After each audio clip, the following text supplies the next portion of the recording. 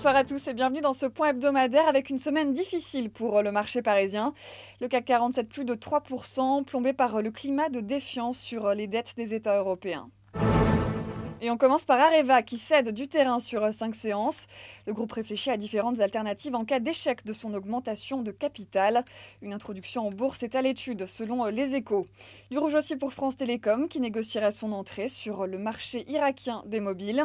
Dans l'actualité cette semaine, Zodiac a dépassé légèrement les attentes au cours de son exercice 2010-2011 et a confirmé ses objectifs de moyen terme. On retiendra la belle performance de Bull sur le SBF 120. Le groupe projette de recruter 1 millier de personnes l'an prochain en France et à l'étranger. Et puis grosse progression sur le CAC 40 pour Accor et puis pour PPR. Les craintes sur la dette souveraine des pays de la zone euro ont de nouveau lourdement pesé sur le secteur financier cette semaine. BNP Paribas enregistre un très fort repli sur 5 séances, tout comme Société Générale, Natixis, Crédit Agricole et AXA.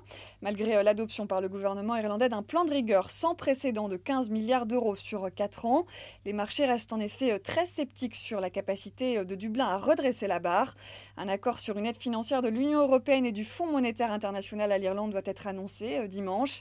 Mais déjà, les regards se portent sur le Portugal et sur l'Espagne. Voilà, c'est la fin de ce flash. On se retrouve lundi matin dès 9h30.